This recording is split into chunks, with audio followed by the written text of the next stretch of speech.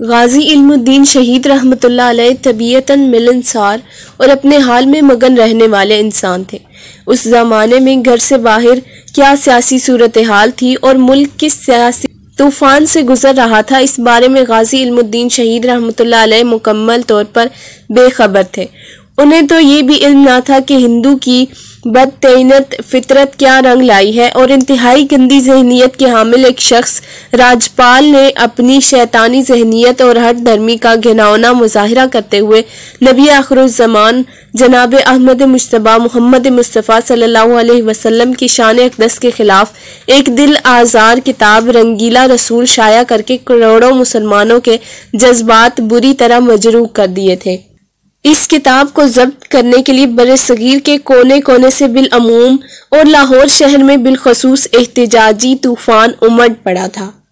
دہلی دروازہ کے باہر ہونے والی پنجابی زبان کی تقریر کے الفاظ نے غازی علم الدین شہید رحمۃ اللہ علیہ کے دل و دماغ میں ہلچل برپا کر دی، جس میں کہا گیا تھا کہ مسلمانوں اپنی جانیں قربان کر دو اور اس بدبخت کو قتل کر دو، اور اپنی جان کا نذرانہ دینے والوں راجپال کو اس کے انجام تک پہنچا دو۔ اس بات سے غازی علم الدین شہید رحمۃ اللہ علیہ کے اندر رنج و غم کی ایک لہر سی اٹھی اور ان کے دل و دماغ پر چھا گئی۔ وہ دیر تک تقریریں سنتے رہے، پھر ایک اور مقرر آئے جو پنجابی زبان میں تقریر کرنے لگے۔ چونکہ پنجابی زبان غازی علم الدین شہید رحمۃ اللہ علیہ کی اپنی مادری زبان تھی، اس لیے ان کی سمجھ میں اس تقریر کا ہر لفظ واضح طور پر سمجھ میں آنے لگا۔ اس تقریر سے انہیں معلوم ہوا کہ راجپال جیسے شخص کا قتل واجب ہے اور اسے اس کی خباثت کی سزا قتل کے ذریعے دی جانی چاہیے، کیونکہ حکومت اس کی پشت پناہی کر رہی ہے۔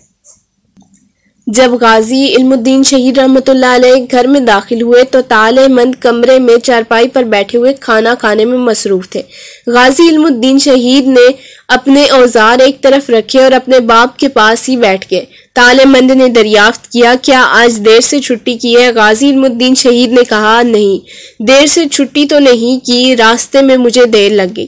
تالے بند نے دریافت کیا، کوئی مل گیا تھا؟ غازی علم الدین شہید نے کہا، نہیں، آج دہلی دروازے میں بہت زیادہ لوگ جمع تھے، بس وہاں دیر ہو گئی۔ کسی نے ہمارے نبی پاک صلی اللہ علیہ وسلم کے خلاف کتاب چھاپی ہے اور اس کے خلاف وہاں لوگ جمع ہوئے تھے۔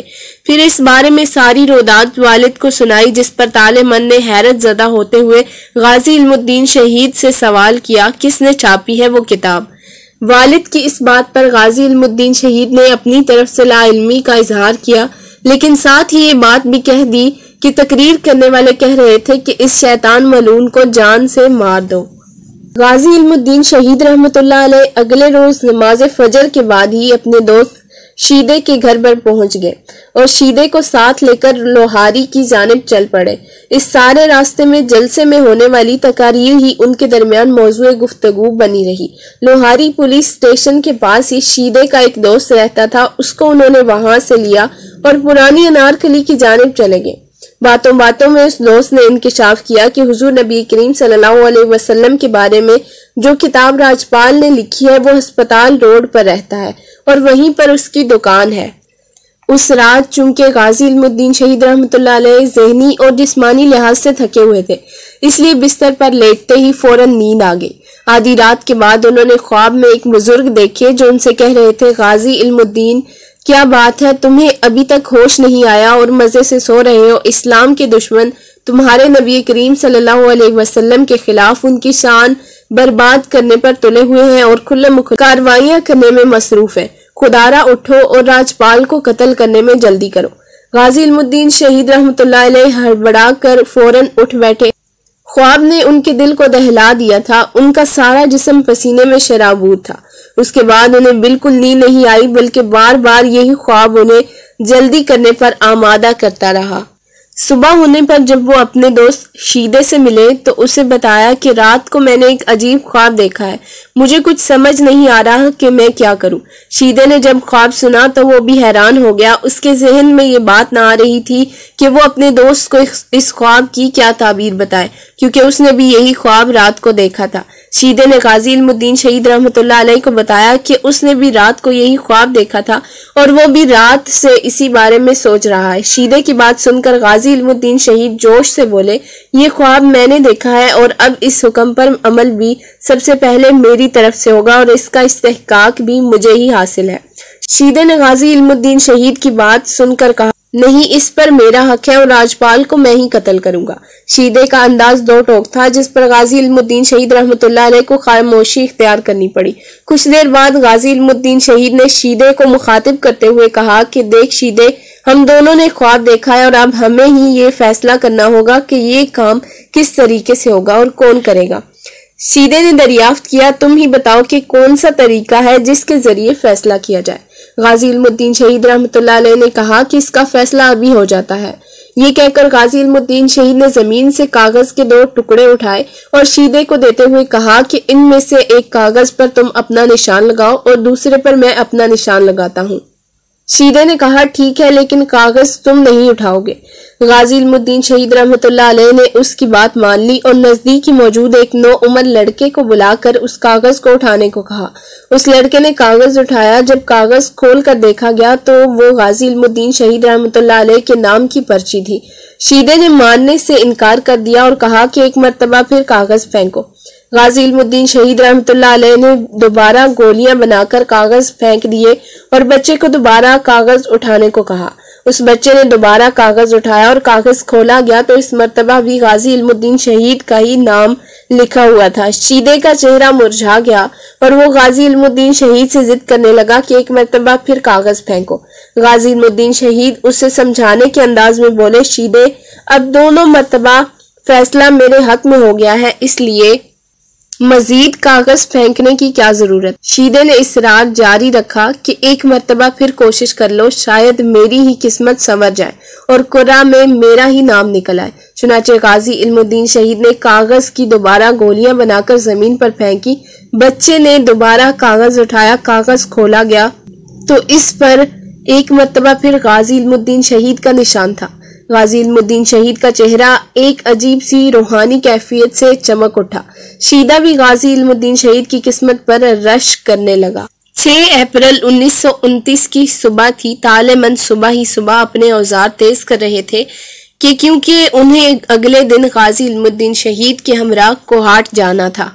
غازی علم الدین گھر سے باہر نکلے اور آپ رحمۃ اللہ علیہ نے گھر سے باہر تھوڑا سا وقت حاجی صادق دودھ دہی والے کی دکان پر گزارا اور پھر وہاں سے گمٹی بازار کی جانب چل دیے، جہاں پہنچ کر انہوں نے ادھر ادھر گھوم پھر کر وقت گزارا اور پھر آتما رام نامی ایک کباڑیے کی دکان پر جا پہنچے جو چاقو چھریاں ڈھیر لگا کر بیچ رہا تھا۔ غازی علم الدین شہید نے ایک تیز دھار چھری اٹھائی اور اس کی قیمت آتما رام سے دریافت کی۔ آتما رام نے اس کی جو قیمت بتائی وہ 1 روپیہ تھی۔ غازی علم الدین نے جیب سے پیسے نکالے اور وہ 1 روپیہ اس کے ہاتھ پر رکھ دیا اور چھری اپنی چادر کی ڈھب میں دبوچ لی۔ راجپال کا دفتر ہسپتال روڈ پر قطب الدین ایبک کے مزار سے تھوڑا پہلے عشرت پبلشنگ ہاؤس کی دکان کے سامنے واقع تھا۔ غازی علم الدین شہید نے وہاں پہنچ کر کھوکے کے اندر بیٹھے ہوئے ایک نوجوان سے استفسار کیا کہ راجپال کا دفتر کون سا ہے اور کیا وہ اس کے اندر ابھی موجود ہے۔ اس نوجوان نے بتایا کہ راجپال کا دفتر ساتھ ہی میں ہے، وہ ابھی تک نہیں آیا۔ جس وقت وہ دفتر میں ہوتا ہے تو پولیس کے نوجوان اس کے دفتر کے آگے پہرا دیتے رہتے ہیں۔ تھوڑی ہی دیر گزری تھی کہ دفتر کے عین آگے ایک کار آن کر رکی۔ کار کا دروازہ کھلا تو اس میں سے ایک شخص نکلا، جسے دیکھتے ہوئے اس نوجوان نے غازی علم الدین شہید کا کندھا ہلا کر اسے اشارے سے بتایا کہ یہی راجپال ہے جس نے کتاب چھاپی ہے۔ راجپال اپنے دفتر میں چلا گیا اور غازی علم الدین شہید کی آنکھوں میں خون اتر آیا اور ان کے کانوں میں خواب والے بزرگ کے الفاظ ٹکرائے، علم الدین جلدی کرو، دیر کرنے سے کوئی اور بازی لے جائے گا۔ ان الفاظ کے ٹکراتے ہی غازی علم الدین شہید تیزی سے اٹھے اور دفتر کی جانب روانہ ہو گئے۔ کھوکھے والا وہ نوجوان گہری نظروں سے غازی علم الدین کی جانب دیکھ رہا تھا۔ غازی علم الدین شہید رحمۃ اللہ علیہ نے بغور راجپال کو دیکھا اور اس کے چہرے پر ثبت خباثت سے سمجھ گئے کہ یہی راجپال ہے۔ اس کے ساتھ ہی ایک ساتھ ضائع کیے بغیر انہوں نے اپنی ڈھب سے وہی تیز چھری نکالی اور انتہائی گہری نظروں سے اپنے نشانے کو تاکا، تیزی سے ہاتھ کو فضا میں بلند کیا اور سیدھا اس کے جگر پر دے مارا۔ چھری کا پورا پھل انتہائی برق رفتاری سے راجپال کے سینے میں ہڈیوں کو کڑکڑاتا ہوا جگر میں پھنس گیا۔ اس تیز رفتاری کے ایک ہی وار نے اپنا کمال دکھایا۔ راجپال کے منہ سے ہائے کا لفظ نکلا اور بلا تامل وہ اوندھے منہ زمین پر جا گرا۔ غازی علم الدین شہید نے جب صورتحال کا جائزہ لیا تو راجپال دم توڑ چکا تھا۔ لوگوں نے غازی علم الدین شہید کو گھیر لیا تھا اور انہیں پکڑ کر راجپال کے دفتر کی جانب لوٹے۔ انہوں نے پھر بلند آواز سے کہا کہ میں نے اپنے آقا رسول اللہ صلی اللہ علیہ وسلم کی گستاخی کا بدلہ لے لیا ہے۔ اس قتل کی باقاعدہ رپورٹ ملزم کیدار ناتھ نے انارکلی پولیس تھانہ میں درج کروائی۔ دوسری پیشی کے بعد ہی ہندو اخبار غازی علم الدین شہید رحمۃ اللہ علیہ کو سخت سے سخت سزا کی اپیل کر کے عدالت کو مزید الجھن میں دھکیل رہے تھے اور اس فیصلہ پر اپنا سیاسی دباؤ بڑھا رہے تھے۔ قائد اعظم محمد علی جناح رحمۃ اللہ علیہ نے عدالت کے فیصلے پر اپیل دائر کی جو کہ مسترد ہوگی۔ ہائی کورٹ کے فیصلے کو سن کر غازی علم الدین شہید رحمۃ اللہ علیہ نے کہا کہ شکر الحمدللہ، میں یہی چاہتا تھا بزدلوں کی طرح قیدی بن کر جیل میں گلنے سڑنے کے بجائے تختہ دار پر چڑھ کر رحمت للعالمین پیغمبر خدا ہادی برحق رسالت مآب صلی اللہ علیہ وسلم پر اس حقیر سی جان کو قربان کر دینا معجب 100,000 ابدی سکون و راحت ہے۔ خدا میری اس ادنا اور پرخلوص قربانی کو قبول فرمائے۔ غازی علم الدین شہید رحمۃ اللہ علیہ نے ان دنوں اپنے عزیز و اقارب کو میاں والی جیل میں ذیل کی وصیت کی کہ میرے پاس جو بھی میرا رشتہ دار آئے وہ مجھے روتا ہوا نہ ملے بلکہ وہ صبر و تحمل کا مظاہرہ کرتا ہوا ملے۔ میری سزائے موت پر عمل درآمد کے بعد مجھے غسل اور کفن یہیں سے ہی دیا جائے اور میری نماز جنازہ بھی یہیں سے پڑھائی جائے تاکہ میاں والی کے مسلمان بھی اس سے فائدہ اٹھائیں۔